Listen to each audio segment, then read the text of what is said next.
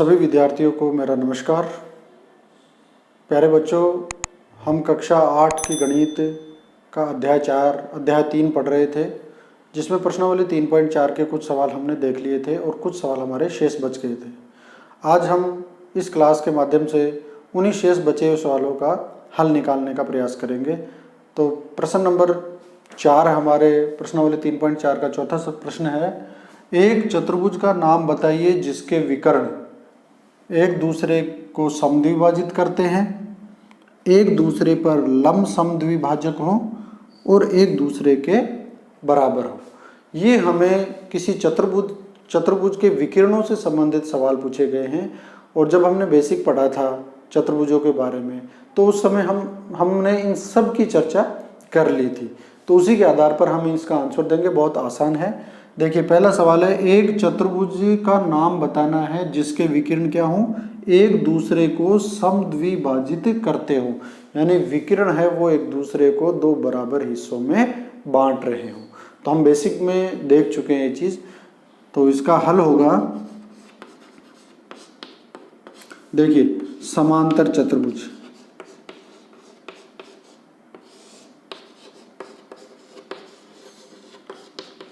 समांतर चतुर्भुज एक ऐसा चतुर्भुज है जिसके विकर्ण एक दूसरे को समद्विभाजित करते हैं। इसके अलावा समचतुर्भुज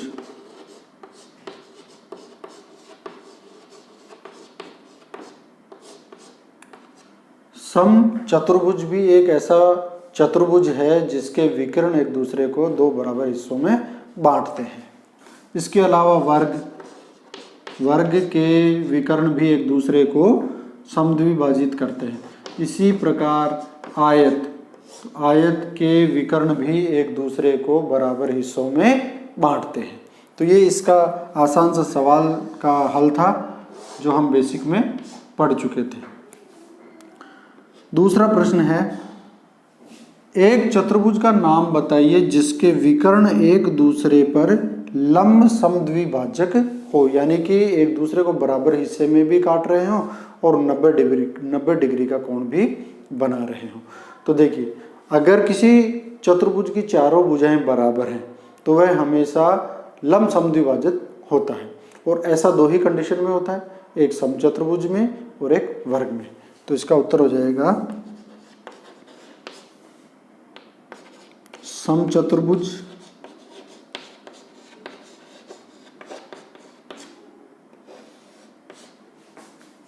व वर्ग, क्योंकि समचतुर्भुज की भी चारों भुजाएं बराबर होती हैं और वर्ग की भी चारों भुजाएं बराबर माप की होती हैं। तो ऐसे चतुर्भुज जिसकी चारों भुजाएं बराबर माप की होती हैं तो उसके विकर्ण हमेशा एक दूसरे को लंब समद्विभाजित करते हैं। सवाल नंबर 3 इसी का तीसरा है, एक चतुर्भुज का नाम बताइए जिसके विकर्ण बराबर हों। अब आपको बताना है कि विकर्ण बराबर होने चाहिए। तो विकर्ण किसके बराबर होते हैं ये भी मैं बेसिक में बता चुका हूं कि आयत और वर्ग दो ऐसे चतुर्भुज हैं जिनके विकर्ण बराबर माप के होते हैं। तो इसका आंसर हो जाएगा, एक तो हो जाएगा आयत व एक हो जाएगा वर्ग। देखिए, ये एक आयत है और सम्मुख शीर्षों को मिलाने वाली रेखा विकर्ण, इसके विकर्ण बराबर होते हैं और वर्ग में भी विकर्ण बराबर होते हैं। यानी अगर ये वाला विकर्ण 8 सेंटीमीटर का है तो ये भी 8 सेंटीमीटर का होगा, और वर्ग में ये अगर 6 सेंटीमीटर का है तो ये भी 6 सेंटीमीटर का होगा। अर्थात आयत और वर्ग दो ऐसे चतुर्भुज हैं जिनके विकर्ण समान या बराबर माप के होते हैं। अगला सवाल नंबर 5वां सवाल है हमारे पास, बताइए एक आयत उत्तल चतुर्भुज कैसे है। तो उत्तल चतुर्भुज का तात्पर्य होता है ऐसा चतुर्भुज जिसके विकर्ण अभ्यंतर भाग में हो उसे हम उत्तल चतुर्भुज कहते हैं। और ऐसा चतुर्भुज जिसके विकर्ण बाह्यंतर, कोई भी एक विकर्ण बाह्य भाग में हो उसे हम अवतल चतुर्भुज कहते हैं। तो यहाँ पूछा गया है कि आयत एक उत्तल चतुर्भुज क्यों है। तो देखिए इसका हल, हम एक आयत बना लेते हैं।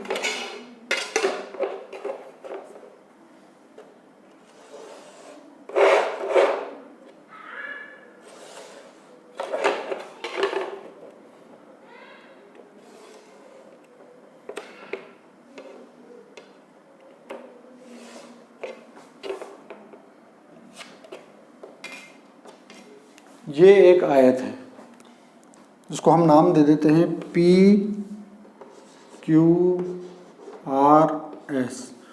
अगर हम इसमें विकर्ण खींचेंगे तो विकर्ण इसके अभ्यंतर भाग में बनेंगे। विकर्ण कैसे बनाएंगे? जैसे शीर्ष P को शीर्ष R से मैं मिला दूं तो ये इसका एक विकर्ण हो जाएगा। शीर्ष R को शीर्ष P से मिला दिया। इसी प्रकार शीर्ष S को शीर्ष Q से मिला दिया।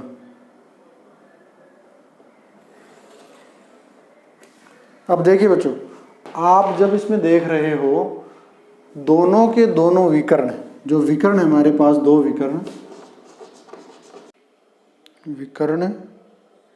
PR व विकर्ण SQ, दोनों ही विकर्ण इस आयत के अंदर वाले भाग में, जिसे हम अभ्यंतर भाग कहते हैं, और वह चतुर्भुज जिसमें विकर्ण अभ्यंतर भाग में होते हैं वह उत्तल चतुर्भुज कहलाते हैं। तो यहाँ हम लिख सकते हैं आयत में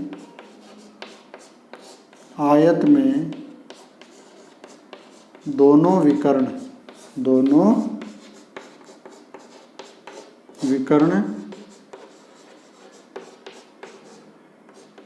अभ्यंतर भाग में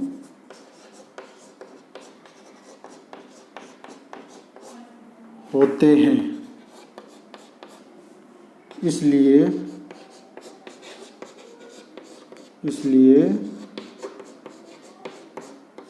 आयत एक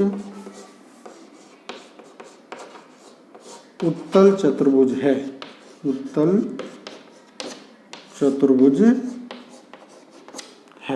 ठीक है बच्चों।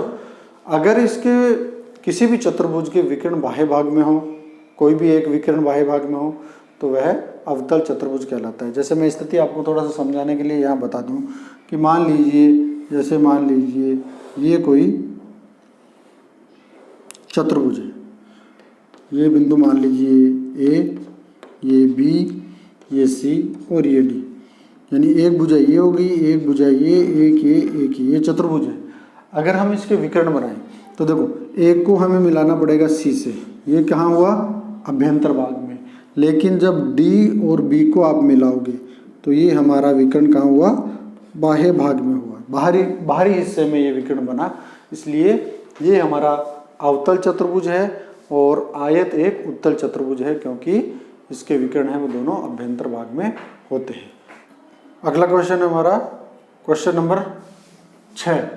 इस प्रश्नावली का आखिरी सवाल है, तो देखिए इसको।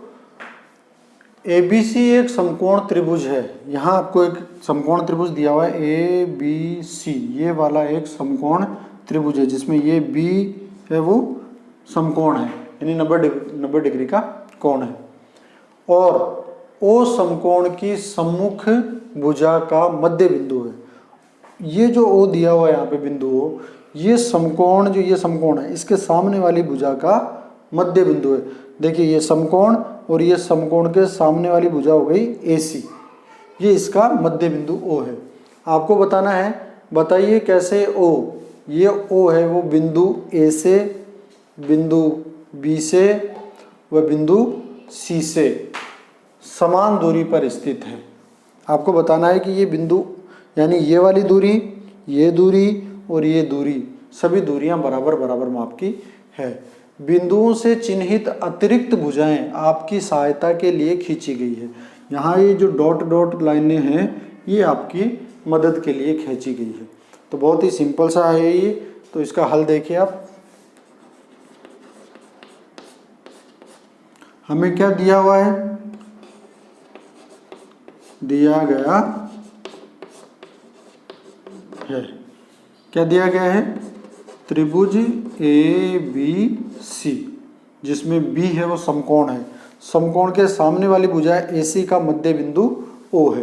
अब इस पूरी आकृति को देखते हैं, तो ये पूरी आकृति हमें क्या दिखती है? यह एक आयत है। तो हम लिख लेते हैं आयत ABCD से,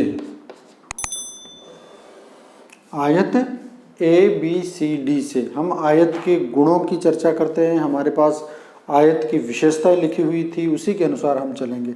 तो जब हमने आयतों के बारे में पढ़ा था, देखिए बच्चों, ये B और D ये क्या बन रहा है? एक विकर्ण है, एक आयत का विकर्ण है।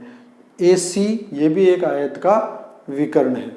और बिंदु O वह बिंदु है जहाँ पर ये दोनों विकर्ण एक दूसरे को प्रतिच्छेदित कर रहे हैं।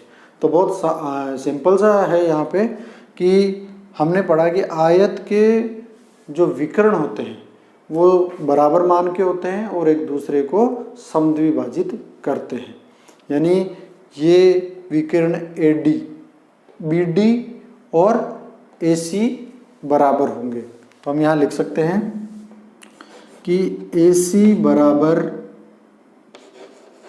BD, AC विकर्ण और BD विकर्ण दोनों बराबर है। यहाँ लिख सकते हैं विकर्ण,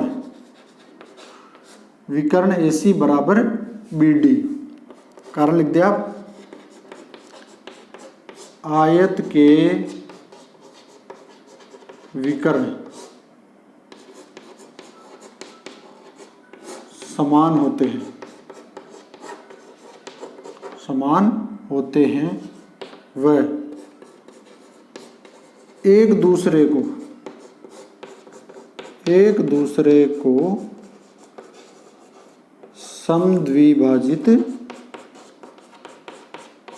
समद्विभाजित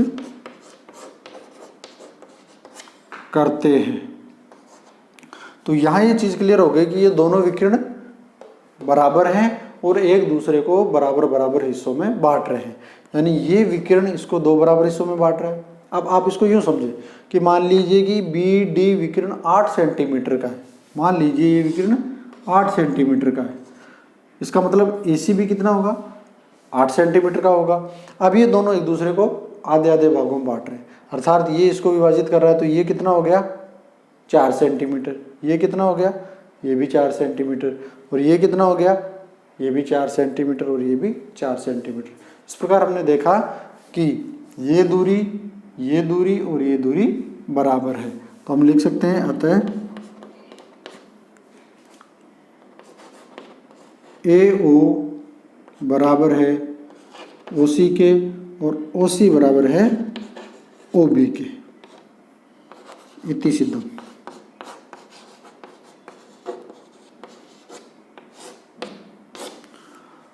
तो इस प्रकार ये हमारी प्रश्नावली 3.4 के सवाल थे जो हमने सभी सवाल हल कर लिए हैं। और ये हमारा अध्याय 3 है वो समाप्त हो गया है।